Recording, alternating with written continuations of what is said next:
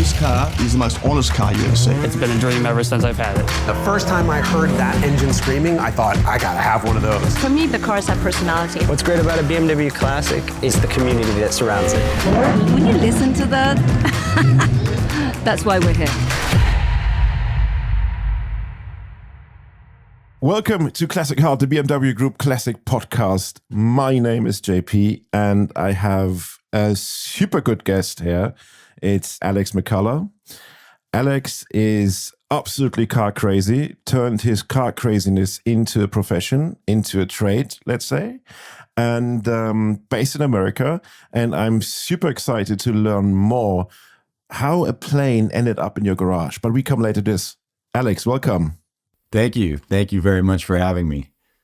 I think we have to clear out one mystery, because I'm very happy that I can call you Alex McCulloch, but I'm sure that out of 10 people, 7.5 would come to you and say, "Hey, Glenn, so good to meet you.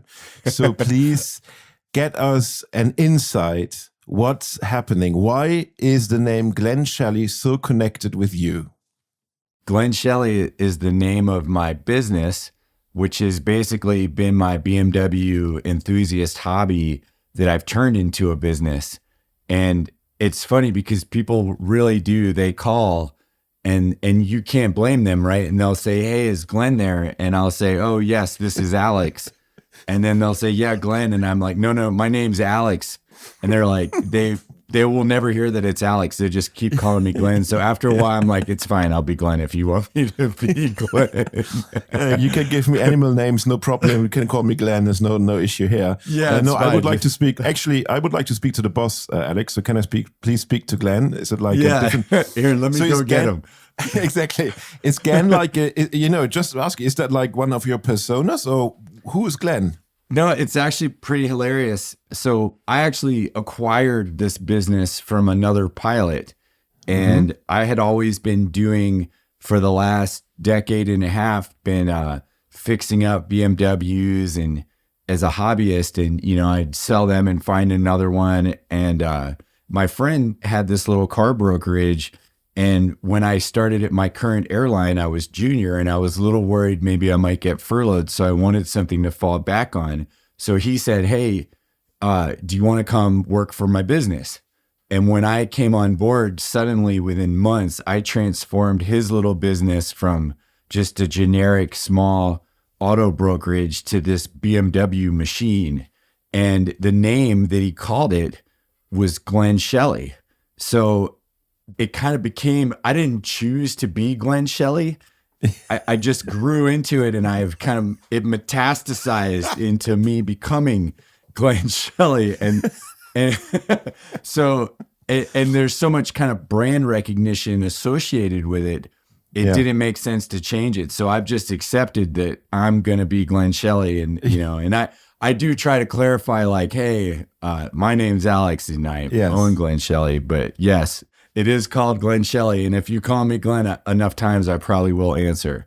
Yeah, I try to focus on Alex, actually. So that's what I think is the best way to go down. Still, it's not quite clear to me. So Glen Shelly was the gentleman who ran the business from whom you overtook, or? No, it's kind of funny. So he actually named the business Glen Shelly after a figure from his childhood, and he used the name because he thought it sounded like a race car driver. It does, actually. It does, right? It's kind of like has some Shelby essence to it. Yeah. And in some, weird way, it's like a tribute to this mysterious man that I've certainly never met, and this figure from his childhood. So we've made up mystery and lore over the years as to who Glen Shelly actually is, and all these funny stories about the fictitious Glen Shelly and what he's up to. But so that's actually how the business was named. So it's kind of I came to it through 2 degrees of separation from the actual Glen Shelly. I mean, that's hilarious. What a story. But I actually, when you said it, they wanted him to make it sound like a race driver. And the fact that there is actually a Glen Shelly who was the inspiration for getting this name for this fantastic endeavor. But I really can see that. Really, like when you say like race driver, I mean, you can really think like, oh, look at this straight. Now it's going down. Glen Shelly overtake Curry Shelby. Yeah, we see that. Yeah, that's a grand. Glen Shelly wins the second time. Fantastic race. I think that's. I think we can really see that. Okay, so we cleared the sky a little bit, and you see all my analogy of flying in sky. We come later to this point. So tell us more. What is Glen Shelly as a business? Yeah, Glen Shelly is basically a small enthusiast auto brokerage, and really we specialize in service and sales. And what I've done with the business is take my enthusiasm, my passion, and then my network that I've developed over the years. And I exist to help people make their dreams of owning these cars, these BMWs, from what I would describe as the era of greatness into reality. So I'm kind of the gatekeeper for that experience. I try to sway away from the traditional, profit-driven car business to more of an experience mindset. And I'm certainly not the best businessman when it comes to, it's been an extremely steep learning curve for me. But the thing that I've always prioritized is if I can deliver an experience and a product that exceeds the standard, then, if I don't make a ton of money, at least, now in the quote unquote early years, that's okay. Like, what I do gain out of that is I get to live the dreams of the people that I'm fulfilling. I get to kind of relive the dream of my first BMW. And then, hopefully I add an element of experience to the people who we interact with to make their dream come true or their experience better. So I take that very seriously. That's kind of my main focus. And then, it is a business, so it needs to pay the bills and keep the lights on. So I'm certainly cognizant of that. But, I think we've been very successful in facilitating that experience. And that's the goal. I mean, that sounds very exciting because, for sure it's a business. I mean, there's no doubt about it, but I really like the way how it all started. So maybe we go a bit back into the young age of yours. I mean, that's not that long time ago, but did you have connections to cars from the beginning? Is there a family relation to cars? And where do you grow up? Let's start like with the basics. Certainly. Yeah. I grew up in Maryland, just outside of Washington, D.C. And my dad was a huge petrol head, and my mom's British. My mom came here in the 60s. So I actually still have my British passport from her. And then my dad, McCulloch's from Scotland. His side of the family had been here for 100 years, but he had this just unrivaled passion for British cars. So we grew up with, downstairs in my basement right now, I still have his 1972 MG Midget that I bounced around in as a 5-year-old. And then the other cars he had an E-Type Jaguar, he had a BJ7 Austin Healey, an Austin Healey Sprite. So we always had these British cars, which were always in some various state of disrepair. Yeah. So I don't want to be offensive, but I mean, British cars are mostly in that state, to be honest. They are. And I can say that being half British, right? So they are. And in a way that kind of allowed me to appreciate the engineering and, the things that make BMWs so wonderful because, the British cars have soul. They ooze with soul. And I see a Triumph TR6 and, my heart drops, right? But I've also been left on the side of the road many times in the several Triumph TR6s I've owned over the years. So that was the path that led me eventually to BMW. But still, your career started not with cars, actually, but with flying, right? Yeah. The other thing that my dad had always instilled with me is the passion for flying. And so when I was in my early 20s, I went skydiving actually for my 21st birthday. And as I was riding down under the parachute by myself, you pull really early when you're a new skydiver. And so I had a 4,000 foot parachute ride. And that was it. Like, I was like, this is where I belong. This is my place. I need to pursue this. And so that journey moved me from Maryland to California to the Bay Area, where I went to a professional flight school. And then from there, got a job at a regional airline and then eventually a major airline. So that was kind of my career path. And then the car hobby followed me. So when I first moved to Colorado in 2003, I needed an airport car. And a buddy of mine that I lived with in Utah was like, hey, you know what cars are great? These like 80s 3 Series BMWs, they're awesome. And I had already long lusted after the Z3. Like when the Z3 first came out, I was like, that is it. That is the epitome of the modern representation of the British Roadster, except it's not going to overheat. It's going to handle well. It's got a cup holder. It's got air conditioning. It's got an airbag, right? Like, so I'd longed for a Z3. And that led me down the path of discovering BMWs and how wonderful they are. Let's stick to your career for one more moment. So after the time in the Bay Area, in California, finally you settled down in Colorado. Is that correct? Yeah. And my first airline job, I was actually based at various crew bases up and down the West Coast in California. But then I moved to Utah and I settled there in the Salt Lake area and flew out of Salt Lake for several years. Yeah. And then came to Colorado. And what drove me to Colorado was my older brother lived here. And then I had finally achieved enough seniority at the airline to be a captain on a little tiny 30-seat turboprop, so a puddle jumper. And my seniority in Colorado is better than in Utah. So that's what found me here. And then, I just fell in love with it, and I've stayed for the last 2 decades. In one of our earlier records, we had Beamer B, Anna, and she's also she was flirting with Colorado in a sense of the most beautiful driving roads. And I think Colorado is such a beautiful state, in my opinion. So you go out a lot for drives and also combining drive and being in the wilderness, right? I do, yeah. There's an intersection of all those interests, and Colorado's wonderful for it because we have incredible mountains, incredible landscapes. There's a lot of secrets to Colorado as well. Like we've got desert areas and we have these vast plains out in the east. I mean, really, Colorado's essentially a desert. The whole West is a desert. And then you have this island in the sky effect. So as the terrain rises, simply speaking, that forces moisture out of the atmosphere. So the higher you go, the more lush it'll be.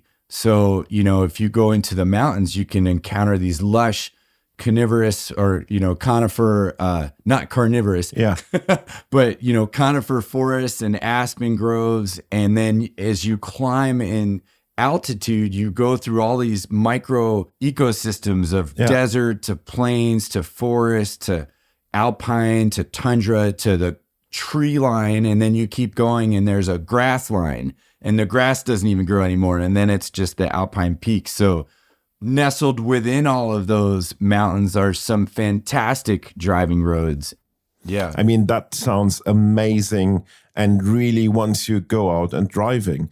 And driving is actually quite a nice bridge to my next question I would like to ask you, because you like driving BMWs, that's for sure, we already learned that. So how did you come across your Z3? So when I lived in Utah, there was a hang gliding site that nobody ever flew. It was called the V, and it was above Centerville, Utah. And it wasn't a great hang gliding site. It was basically a steep hill that was about 1,800 feet above the valley floor. But the valley floor had this awesome field, and next to the field was a Land Rover dealership. So I landed in the back of this Land Rover dealership, and sometimes I would trespass and I would land a little too close, like on their property, and they would yell at me, and I would run with my hang glider as if they're not going to see me back to where it was on their property line. But they had their sitting on one of those rotisserie things where the cars like lifted up in the air. They had a used Emola red BMW Z3 M Coupe. and I saw it. I had no clue that that car existed. Yeah. And when I first saw it, I was like jaw dropping, like I was taken aback because it was a Z3, but then it had this like MGB JT shooting brake hatchback, weird looking thing, but it was striking. It made a striking impression on me. And I was like, that's the car. That is the car I want. I am going to do whatever it takes to buy them. And at the time, they were insanely expensive. To be honest, so I don't know if the nickname is the same like in English, but in German it's called the sneaker because it looks like a sneaker shoe. Yeah, we call it the clown shoe. Is what we call it.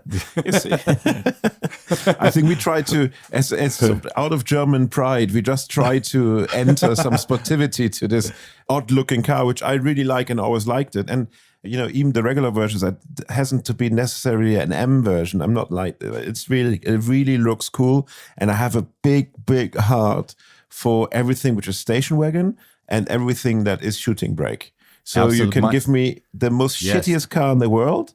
If you make it a shooting brake, I'm on it. I'm in. Get me in. Yeah, 100%. 100%.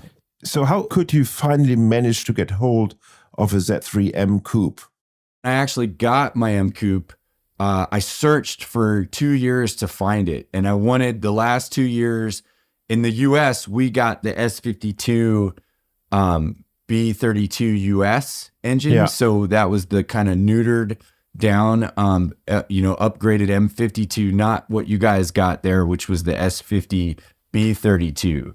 I think it was. Yeah, exactly. Yep. But then in 2001 and 2002, they put the E46 M3 engine in it. So we got the S54, which was basically the same as the Euro version. It just had like more restrictive cats. So I was like, that's the one I want. And at the time, my car is a 2002 Imola Red over Imola Red and Black M Coupe. And I think it was like number 590 something in the production. They made 690 that came to the States. And I scoured the internet, and at the time they were selling for like 10,000 US dollars more than what the Blue Book was. So the Blue Book on my car was like 26. And if you could find one that was like under 36, 37, you had to jump on it. And there was this podunk dealer, this kind of rural hillbilly type dealer in Virginia had it. Yeah. And he posted it, and I had like alerts set up on Auto Trader. Yeah. And I was like, is the car you have, is it a 2002 M Coupe? And he spoke in this very Appalachian accent, and he was like, yeah, I got that funky BMW. We just got it down here out back. And I was like, hey, buddy, stop by. Yeah. So I was like, hey, you know what? My dad, one of my dad's other traits was he played bluegrass music. So I could speak that language, right? Like I had spent many years growing up in Appalachia, playing bluegrass. So we connected in that regard. And then I just said, hey, man, I'll send you a deposit today. I'll give you a credit card, but I want to get it inspected, right? And that man held that car for me for 2 weeks. And I bought it for like low 30s, and he held it for me on nothing more than a handshake over the phone. And I flew out to Virginia, it passed the inspection, and I drove it back to Colorado. Yeah. So at the time, my wife and I were racing mountain bikes, and we would venture off into the mountains for a weekend, and we could put our mountain bikes on the roof and then all of our bags and our gear and our stuff in the back. So that was like it was great. I believe so. And I mean, I think we give big kudos to everyone in Virginia for keeping their word. Thank you very much. So I like that. Truly, I didn't know it at the time, but that man set an example for me because he kept his word. And he didn't need to, right? Like he had no allegiance to me. I was just some random guy who called on the phone. Yeah.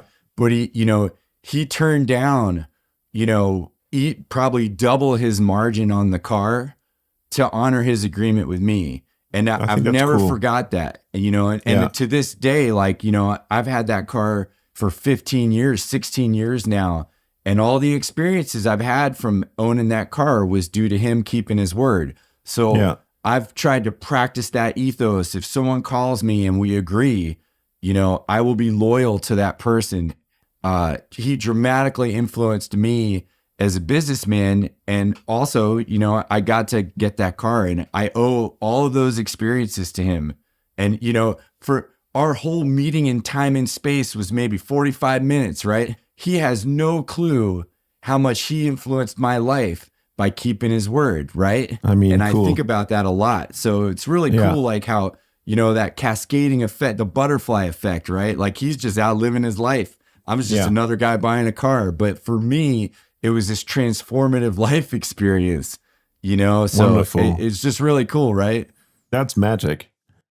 Let's speak about something that's also, if you're watching your videos, is very like part of you is being outside. And I think that's not too often that you combine the passion for cars, like go out and drive, and then also combining with being outside, really. That's not too often.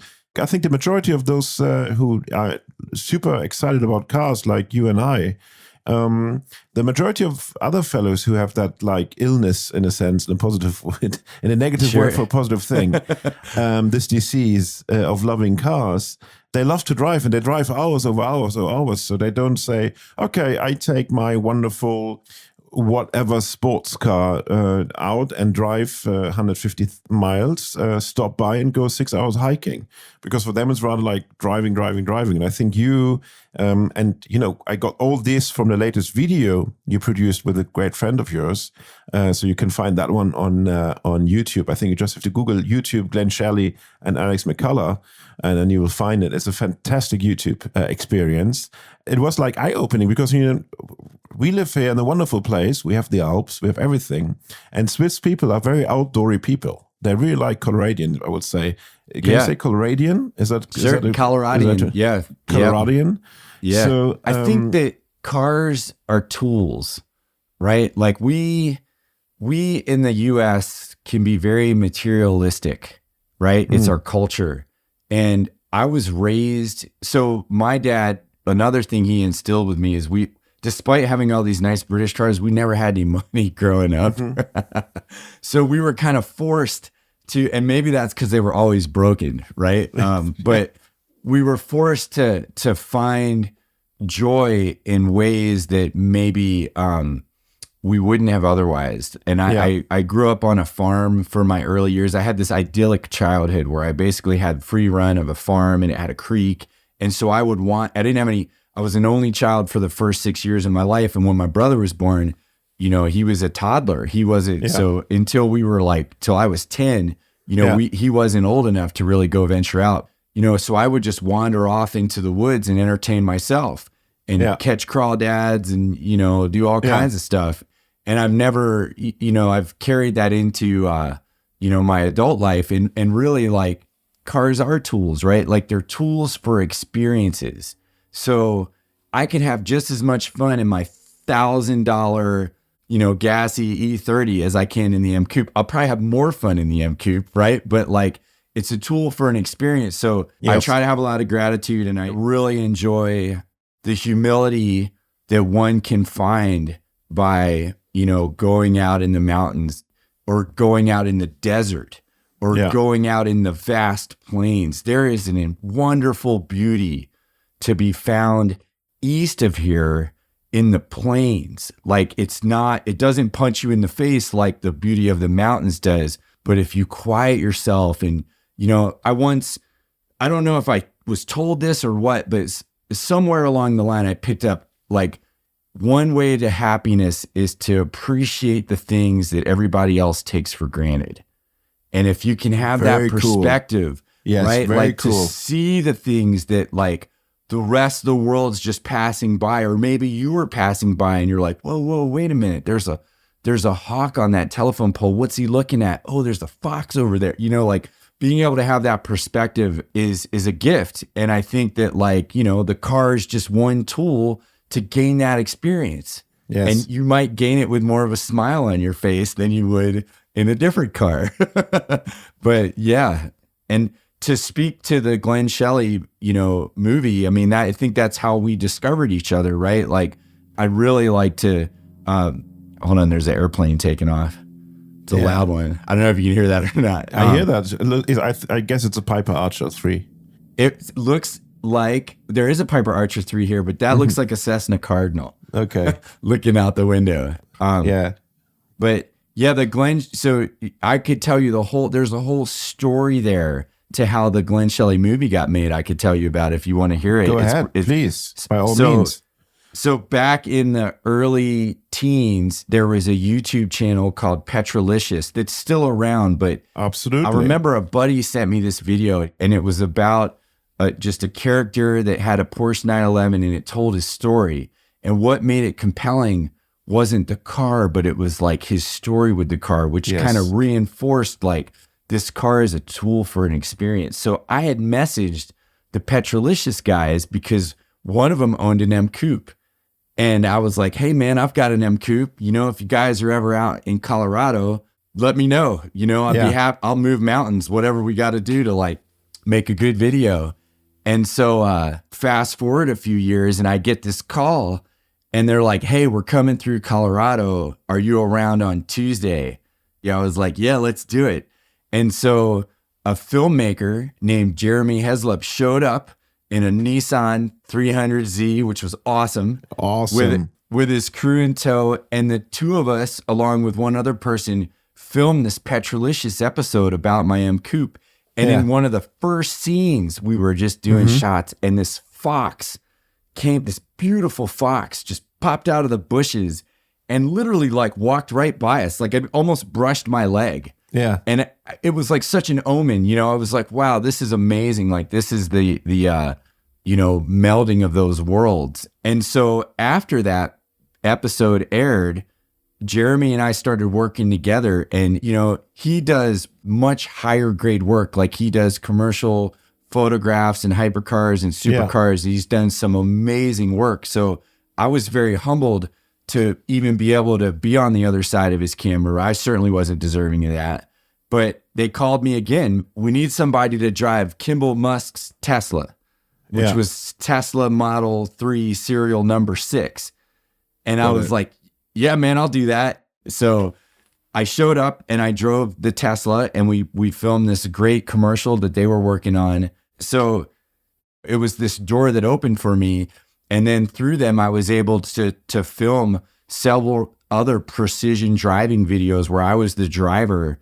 And, you know, I got to drive some just exquisite cars, McLarens and Aston Martins and Corvettes. And so then fast forward a few years, and Jeremy, who's kind of watched my progression with the business evolve and has always been a fan, said, hey, we should make a movie about Glen Shelly and kind of tell your story. And it could be like part about this path you've taken with the business, part M Coupe, like love letter to the M Coupe, and, you know, follow up to the Petrolicious episode. And I was like, yeah, man, let's do it. You know, and so he came out back in November, and we actually filmed over 2 separate trips. And every time the weather flummoxed us, like every time we had plans to go to like the Utah desert and a crazy blizzard happened. And so instead we went to New Mexico.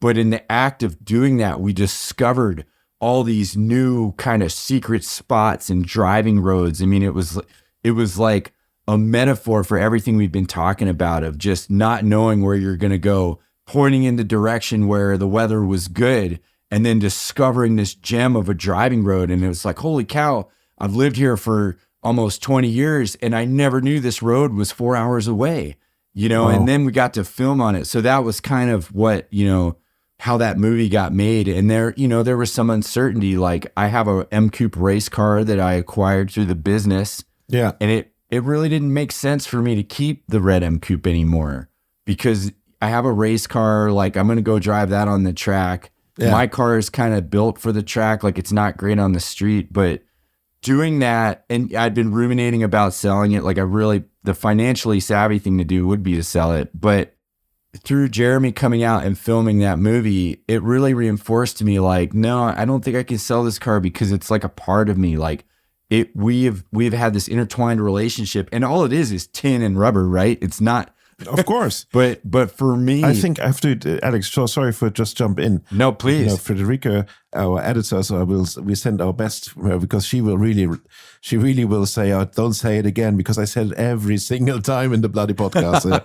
I feel bad now. So, but what I always say is like, without stories and without emotion, it would be rubber, aluminium, steel, plastic. Certainly. But I mean, especially what you were just telling us, a wonderful story about how this man in Virginia kept his word.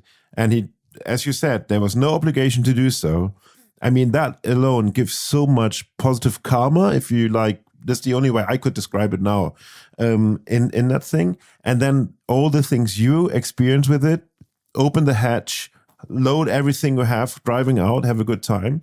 I mean, that makes it special. And I think there's a very good reason to keep this car if you can afford it. That's always like, I think that's the mantra. Don't do anything which ruins your daily life in financial terms to keep a car or something like that. That's my personal advice to everyone, because you will not find happiness at the end, because you cannot afford to repair it, you cannot afford to get it on the road, and you will have a bad feeling about it.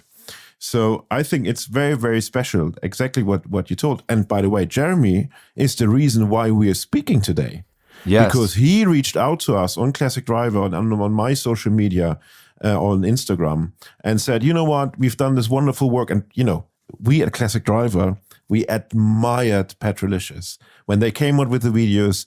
And there was not a second where we sit down there and saying, shit, we should have done it. No, it was exactly right. And we shared everything from Petrolicious.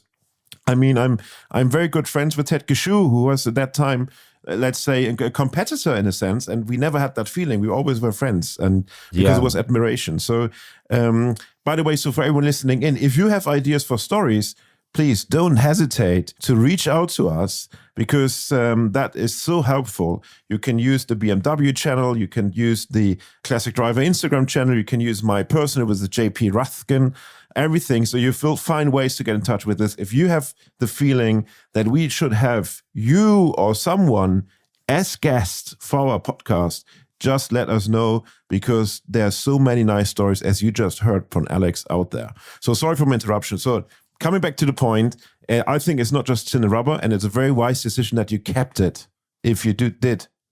It is, and I really owe Jeremy a debt of gratitude for facilitating that experience. In the process of doing that, we kind of collectively had the reawakening, or the spiritual awakening almost, of like, hey, this is tin and rubber to most people, but for me, it really is this part of my life now. Yeah. And I can't sell it. The thought of I'll let anybody drive my car, right?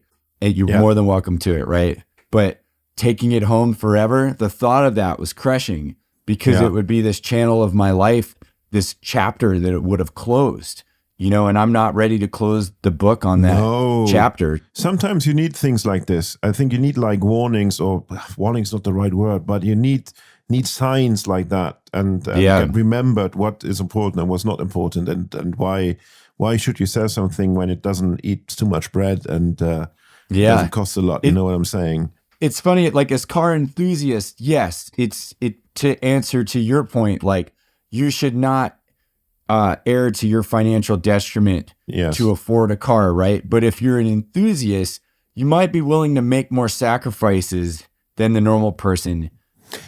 Absolutely. And also to mention, you're working on a new YouTube series that will go live soon, and it's called Life is Too Short for Boring Cars.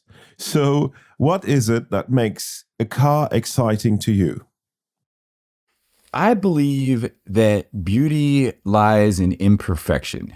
Mm-hmm. So, and I think that's why I like the I'm an example of that, right? No, I think that I think that's what drew me to the M Coupe, is that the Z3 is a beautiful car. Like, BMW executed the Z3, in my opinion, to perfection. When they added the shooting brake, it changed it a little bit. Like, there's angles of the M Coupe you look at and it doesn't look fantastic. It looks weird. But I think that's what drew me to it. So it elicited a response from me where, if nothing else, I was curious and it was different. So I think that, we only get one little shot at this earth, right? Like we have one shot at life. For God's sakes, let's not spend it in some boring, soulless, appliance, right? Like spend it in something that makes the time you're sitting in it worth it. You know what I mean? Like that. That's the essence of life is too short for boring cars. Okay. I love it. I mean, that's absolute true. We should follow that. And speaking about non-boring life and what gives you excitement. So we spoke about flying a lot, and we just heard it while we were recording that you are close to a place where there seems to be some air traffic, I would say, and you have a very special thing in your garage parked. I do, yeah. So I am lucky enough to live on an airport. I live on a small airport, a non-controlled airport, so no tower, and it's a public airport. So there's part of the airport's public, and then on the other side, there's houses. And my house is connected to the runway via taxiway in my backyard. Genius. And it's a game changer. Living on an airport, having an airplane in your basement is an absolute game changer. And if I had one calling in life, even more than cars, it was flying. I needed to be in the air, and I took to it very organically. I would say I'm a natural pilot for sure. I'm not the world's best pilot, but I'm certainly not the world's worst pilot, and then that career path of like going, down the route of getting all my ratings and becoming a commercial pilot and an airline pilot, it's very satisfying. But that type of flying didn't necessarily scratch the itch. And so hang gliding really did scratch that itch, because it was a type of flying that by the time I got into the sport, it was actually very safe. So being able to fly hang gliders was literally the realization of that dream of flight where there's no noise, you fly by feel, you interact with birds and thermals. And guess what? If you make a bad decision, or you don't find that thermal, your experience is going to be over. So you really have this like reciprocity with the earth. Like you're in tune with nature in order to stay in the air. And that's just, it took a long time to really learn how to be good at that as a hang glider.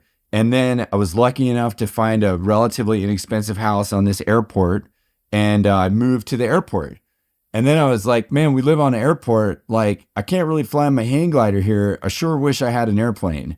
And then I learned about airplane ownership. And long story short, a friend of mine, a hang glider pilot, was doing some stuff up in Alaska, and he got extracted from the inner regions of Alaska in a bush plane, and came home, and he's like, dude, you got to teach me how to fly bush planes. I'm hooked. And I was like, that sounds kind of interesting. I think I'd like to do that too. So I still have my flight instructor certificate. So he found a bush plane up in Toronto, Canada. Yeah. And we flew out there, and we got in that sucker. And, once it was legal and signed off, neither one of us had ever flown it before.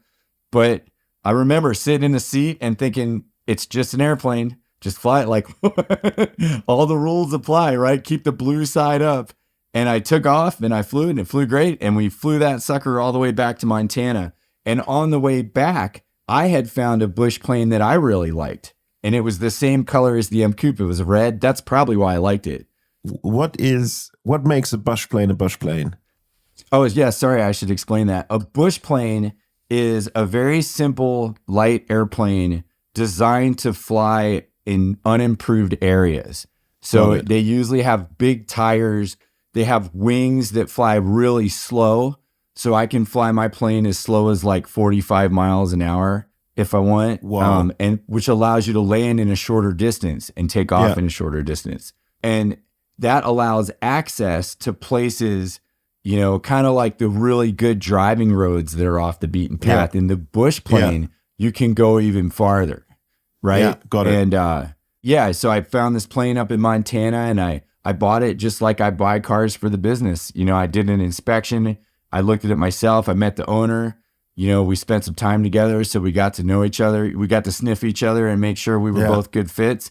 And my wife loaded up in that plane, and we flew it home, and it's in the basement right now. I love it.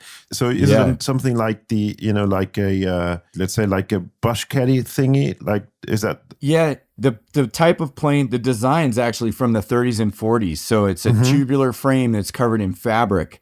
And then it has metal bits around the engine and the seats and stick and rudder. You sit forward and back so you could see out both sides. So my plane's called an Aviat Husky, which is an evolution of the Piper Cub. And the Piper Cub lineage goes back to like the 30s and 40s, and then they developed into the Super Cub, and now there's all these variants of that. And how often do you fly? So what is the frequency? I generally at work, I usually fly several days a week in the jet, professionally, and then I probably fly at least 1 day a week. At least. You're still flying commercial? I do still fly commercial. Yep. And may I ask one question? Certainly. I mean, a day has 24 hours, right? Yes. So how, and a week has 7 days. So how do you fit everything in that time frame? I would say with a high degree of hyperactivity. Got it. They say like, I used to do these really long mountain bike rides and races and like some of these longer hikes. And they say like when it comes to human suffering, when we think we're done, we've still got 60% left. And I've tried to apply that rule, so in the structure of my life, it's amazing how many things you can fit in a day, right? But so coming back to the flying, so what does flying your Husky means to you? Is it true that this is like kind of total freedom, as they say? Yeah, it really is. When I was a young airline pilot with a bad schedule, and I would be gone like 6-7 days a week, I would come home and the car would give me an outlet, right? It would give me relief from it would give me balance. And now what's kind of funny is my life outside of flying is cars, right? Like I'm always talking cars, and I love it. I love it. It's not work for me, which is probably why I'm able to do so much. But what flying does is it's kind of come full circle. Like it's given me that balance back. So when I get in the Husky, like yesterday I took a kid who wants to be a pilot flying. He'd never flown before. Wow. So the weather finally got good. I was like, dude, let's go. I got a plane. I'll take you flying. You can see if you like it. But what's funny is I provided him with this incredible experience, but it was probably equally or more beneficial to me because I was up there in the front seat. And when I fly the Husky, it flies kind of like a hang glider. Like I fly it in tune with the earth. Like I fly it in tune with the mountains. If you fly a small plane like that in the tallest mountains we have in the States, which are here in Colorado, there is a high degree of risk associated with that. And you really need to tune in to the environment and the wind and the cues. And the act of doing that is incredibly satisfying and very humbling. It's like paddling a kayak in the open ocean, so what a nice analogy. And my mind, when I'm flying in that environment, my mind is completely at peace. I'm just living in the moment, and I wear the airplane like it's an extension of myself, just like you would a race car on the track, right? Like it's just I think about what I want to do and I just do it, and the airplane responds, and it's wonderful. I mean, the fact that I'm lucky enough to live in a time in history when you can even have an airplane. Absolutely. Right? But I can tell you, this dream is also like for Europeans. If you not live like in deserted areas in Northern Europe, like Sweden or Norway or Finland, that dream is absolutely impossible because flying is so highly regulated here because everything is so small. We don't have that space. It's even though it's very busy up there anyway. So I think this level of freedom is very, very special to places like Colorado, other places in Canada, in South America, in Africa, where you have this wide openness. And that's a dream come true. And I think one of the famous persons who living that life as well is John Travolta, right? Because if you see photos of his house, he has a 727, if I'm not mistaken, some Learjet or whatever. Yeah, he had a 707, and I think he's got a different plane now. Well, you know what's funny is back when I used to race hang gliders, a hang gliding competition is similar to a road bike stage race. So you'll go like, 100 miles a day over 7 days and to fly cross country. And one of the competitions that we used to do in Florida used John Travolta's house as a turn point. So I've actually flown my hang glider over his house, and his, I think he has a Falcon jet, maybe his business jet was there. None of the other big airliners were there, but they also said, do not land on that airport. Like if you land on that is private property, like you're going to be in big trouble. Big trouble, and don't mess up with Vincent Vega. This is all I can say. So there seems to be a community for you in both flying and driving, which is amazing. You also have your car events at Glen Shelly, right? But what comes first for you, driving or flying? We'll host BMW club events. The door's always open to anytime the BMW club, the local chapter needs me. I'm always happy to have them and help them. And then we'll host events like socials. And, and those are fantastic events. Like they're also highlights. And the only caveat I would have to your original question about flying and driving is I would go to the track. I would put that over flying because that's more fun. Interesting. So track day or track, any type of track event will trump flying. And what's the best case is one of our autocrosses is on an airport. So I'll usually fly to the autocross and then someone will bring the car. And I've been trying desperately to let the track manager let me land at the track, but their insurance just won't cover it. It's a non-starter. So I've stopped annoying them with that question. The good and the sad thing in the same time is that I will stop asking you annoying questions from my side because we have to come to an end of our brilliant conversation. So everyone who tuned in, thank you very much for joining us for this episode of Classic Heart. It was an absolute pleasure, and I hope you guys enjoyed it as much as I did. And we mean it as we said it. If you have ideas of future guests or you have someone in mind like Alex who had like a great story to tell about cars, about flying or whatever in that sense, we'd love to share a car story, a good car story here. This is the stage and we love to open this, so don't hesitate and reach out to us. And something very important as well is hit the subscribe button to not miss out any of our future episodes, or leave us a 5-star rating that we get this podcast out there to many, many ears. Thank you for this in advance. And last but not least, we'd like to thank you, Federica, who is the mastermind of our content, and of course, Marcus, who has taken care of everything that we recorded today as sound engineer. Everyone, thank you very much. Alex, have a very good one. Thank you. Cheers.